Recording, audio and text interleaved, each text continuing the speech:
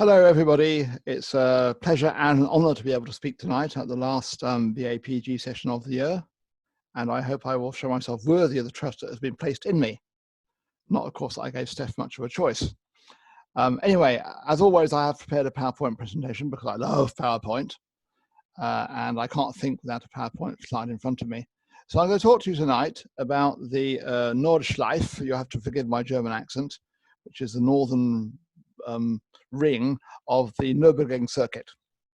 Now, you all know, I'm sure, if any of you know me at all, that I have petrol flowing in my veins, and I'm very much a confirmed petrol head and have been for all my adult life. So I'm going to talk to you about something which is not as good as a rally, because of course rallying is the best motorsport, about a circuit. I can't even think now why the idea came into my head, but the Nürburgring is a very interesting circuit, and there's quite a lot to say about it, which I'm sure you will wish to hear. It is termed in the profession, among those of us who tend to drive semi-professionally, it's called the green hell. The green hell because it is the most exacting and difficult race circuit in the world. And that I can attest to because I've driven around it quite a few times. To me, it doesn't approach the difficulty of a rally stage in motor rallying, but it is by far the most difficult racing circuit in the world and the most dangerous, which we'll come to later.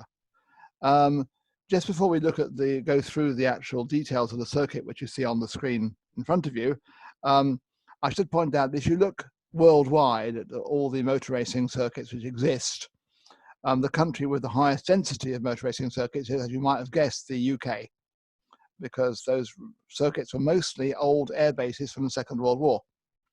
For example, the local racing circuit to my area of England, where I was raised in Norfolk, is Silverstone, which is a very was a very windswept and fast racing circuit, which was a bomber base in the Second World War. That's why the UK has so many circuits. But if you look worldwide, there are three which stand out. The first one is Spa, which is in Belgium, which is a semi-permanent circuit, which means that some of the roads in the circuit are always closed to traffic and are just used as a racing circuit. And some of the roads are normally public roads, except when there's a race going on. Then you've got the longest circuit in the world, which is the Isle of Man, TT circuit. The initials TT stand for Tourist Trophy. And that is, in fact, a motorcycle racing circuit. I know the Isle of Man well because I do rallies in the Isle of Man, have done many, many times in my life. But we don't use the actual main TT circuit, which is basically the major road of the island. And that is around 30 miles in length. So it's a massively long racing circuit. And the third circuit, the first famous circuit in the world, is this one here, the Nürburgring. Now, I've chosen this slide to give you a few basic facts and figures about the circuit. And we can run through them a bit if you like. It's 12.8 miles in length, which is the length of the, I beg your pardon, Steph, the Nordschleife, whatever that is in German. And that's the bit in blue, which is the northern loop of the circuit. The red part, which you can see in the southwest corner of the circuit, that's the current modern Grand Prix circuit, which, as you can see, is much, much shorter. It's also purpose-built, whereas the Nürburgring was built back in the, I don't know when it was built actually, probably the 1920s, and was built as a race circuit, but not in the modern idiom. I'll tell you a bit later why they had to build a new modern Grand Prix circuit and why the blue circuit, the Nordschleife, is not actually used for Grand Prix racing. When I say Grand Prix racing, I mean Formula One. I'm assuming you know that, and I don't think I put that in the glossary. So let's look again at some more facts. The circuit comprises 73 corners, which is enormous by the standards of motor racing. For example, if you look at the I suppose the southern loop is called the Südschleife or something. I don't know. I don't speak German. If you look at the little red circuit, then maybe 10, 12 corners, which is very typical of a modern Formula One circuit. And so 73 is massive. And the big problem with having 73 corners for the driver is that it's almost impossible to memorize 73 corners and 12.8 miles of circuit. It's just too much, which is why one of the reasons why it's dangerous, because speaking as a rally driver, I rather scorn the fact that motor racing drivers, circuit drivers can only drive when they can memorize the bends, because in a rally you can't do that, it's much too long. But motor racing drivers like to memorize the circuit, and they can't memorize the Nürburgring really. Another thing about the Nürburgring is it goes up and down a lot.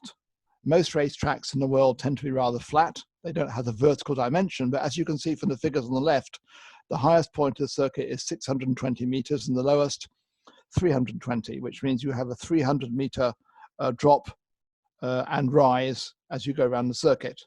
You may have looked at the next figure, which talks about the number of public fatalities per year, which runs from 3 till 12 to 12 on average.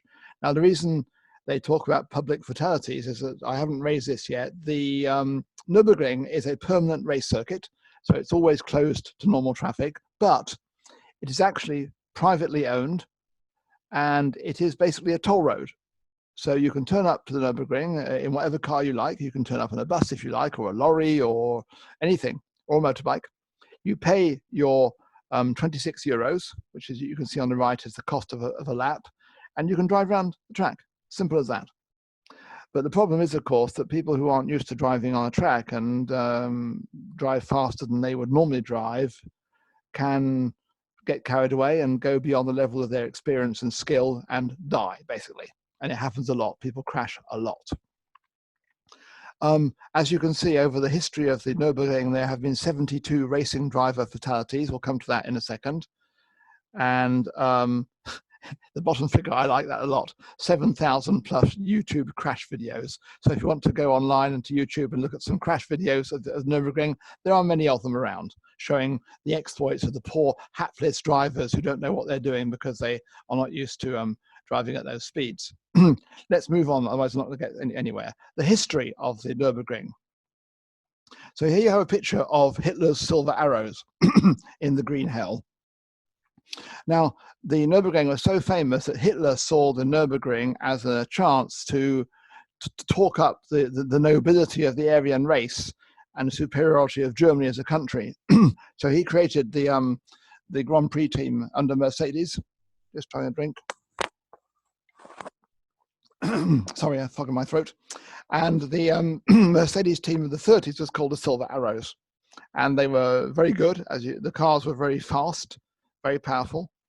And this was a way for Hitler to crush other countries, especially the French and the Italians, because most of the top Grand Prix drivers back in the 30s were French and Italian. And he was able to crush them using the might of the German, I was about to say the German war machine, the German industrial machine. Just as a matter of interest, Hitler, by the way, this is a bit of a parenthesis, Hitler, as you know, used sport a lot to enhance the reputation in his eyes of the German nation and the Aryan race. And here's an example, for example, of the film which was made in 1938, just before the Second World War broke out, in fact, by Leni Riefenstahl. Leni Riefenstahl, again, forgive my accent, she was a great friend of Hitler's. I think she was a mistress of his, anyway, and she made this film called Olympia, showing, again, the nobility of the Aryan race. And they were very upset indeed, in fact, the Germans, because there were quite a lot of black athletes sent to the 38 Olympics by the Americans. And of course, this annoyed Hitler no end because he didn't like black people very much. Coming back to history, so we looked at the Silver Arrows. This was in the 30s, who did indeed sweep all before them and won a lot of Grand Prix. As a matter of interest, I hope you have noticed that this car, despite being a Grand Prix car and therefore being the creme de la creme of mechanical engineering, is actually using drum brakes. I didn't put those in the glossary. Drum brakes are frein à tambour. These brakes that aren't used on modern cars very much. Sometimes you'll find them on the back of a very low-powered, cheap car because they're not because they tend to overheat because they are self-contained. Another interesting factoid here mechanically is that these drum brakes, as you can see, I hope you can see my cursor, are what's called inboard. The brakes are not actually inside the wheel as brakes are on modern cars. They're actually separate from the wheel to enhance their cooling. Just thought I'd throw that in. And you may or may not have realized that the tires on this car are extremely narrow by the standards of modern racing cars. which will have tires probably 4 times that width. And so what you had here was a car weighing probably around 1.8 tons, because they had massive engines, going extremely fast, developing probably somewhere around 450 horsepower, and having to drive on these tiny, skinny tires, which no self-respecting racing driver would do today. I just noticed, by the way, looking at this picture, there's a bloke being carried away from the wreck here on a stretcher. Not too good. And this brings us, in fact, to the next part in the history of the Nürburgring. Here you see a car having crashed and having caught fire. If we move on to the next part of the history of the Nürburgring, we can look at this. This is the crash of Niki Lauda, the brilliant Austrian world champion, Formula 1 world champion. He was world champion in the year he crashed at the Nürburgring, and he almost died. The car, as you can see, caught fire because it was using they used aviation fuel, and it caught fire very easily. And the safety regulations in those days were pretty primitive compared to modern racing. I don't know if you follow racing. I know Steph does, and you may or may not be aware there was a French driver, Romain Grosjean, who had a very, very bad crash just recently. I think it was the last Grand Prix but one. And his car hit the steel barriers, which you see here, the guardrail, at massive speed. I think he was doing about 200 kilometers an hour when he actually hit the guardrail. And if he hadn't had a car made of Kevlar and carbon fiber, he just would have been completely, there wouldn't have been anything left of his body, basically.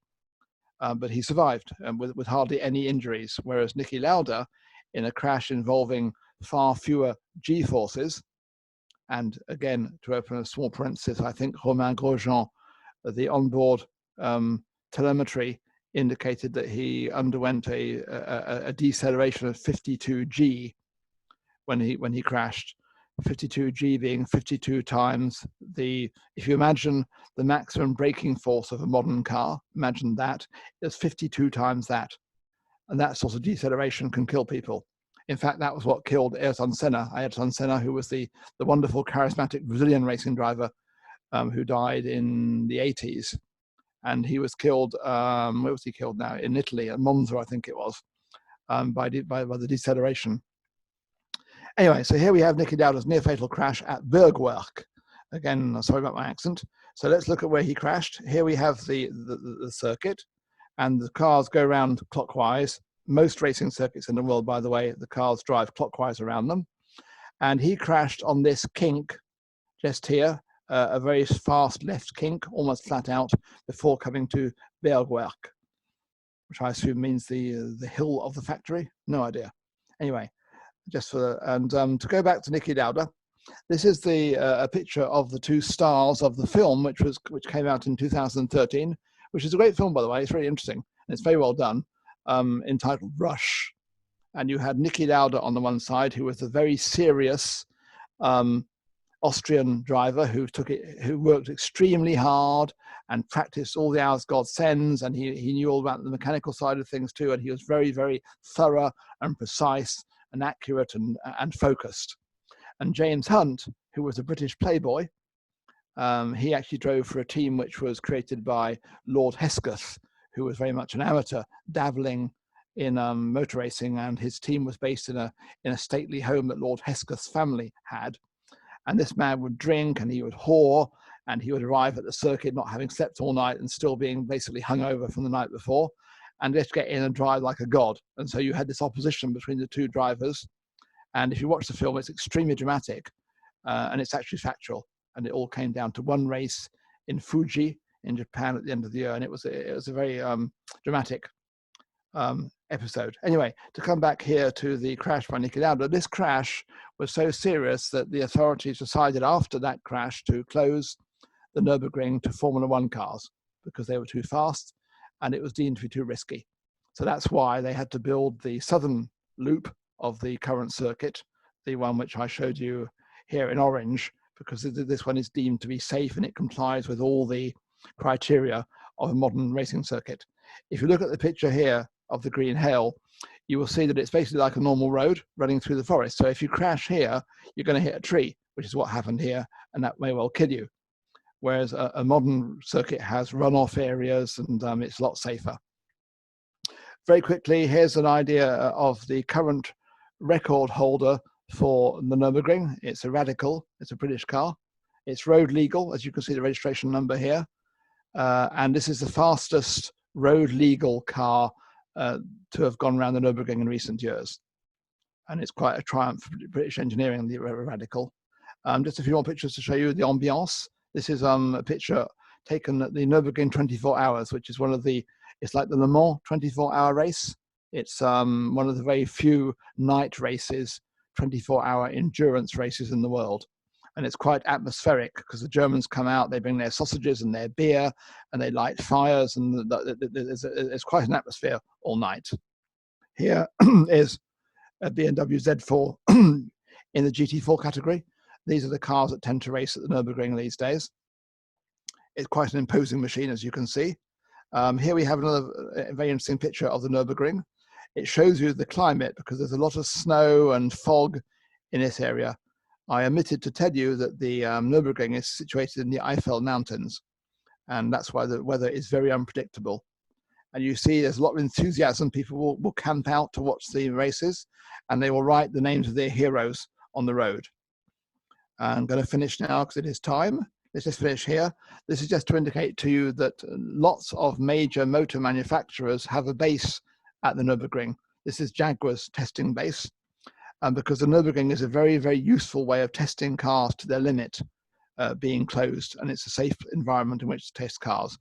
And this has given rise, this is my last idea, given rise to a whole industry now where cars will be sold because of their Nürburgring lap times. And manufacturers make great efforts to try and beat each other and find the fastest road legal car around the Nürburgring. Voila, I think that's enough. That's 16 minutes. I'm sorry to talk so long.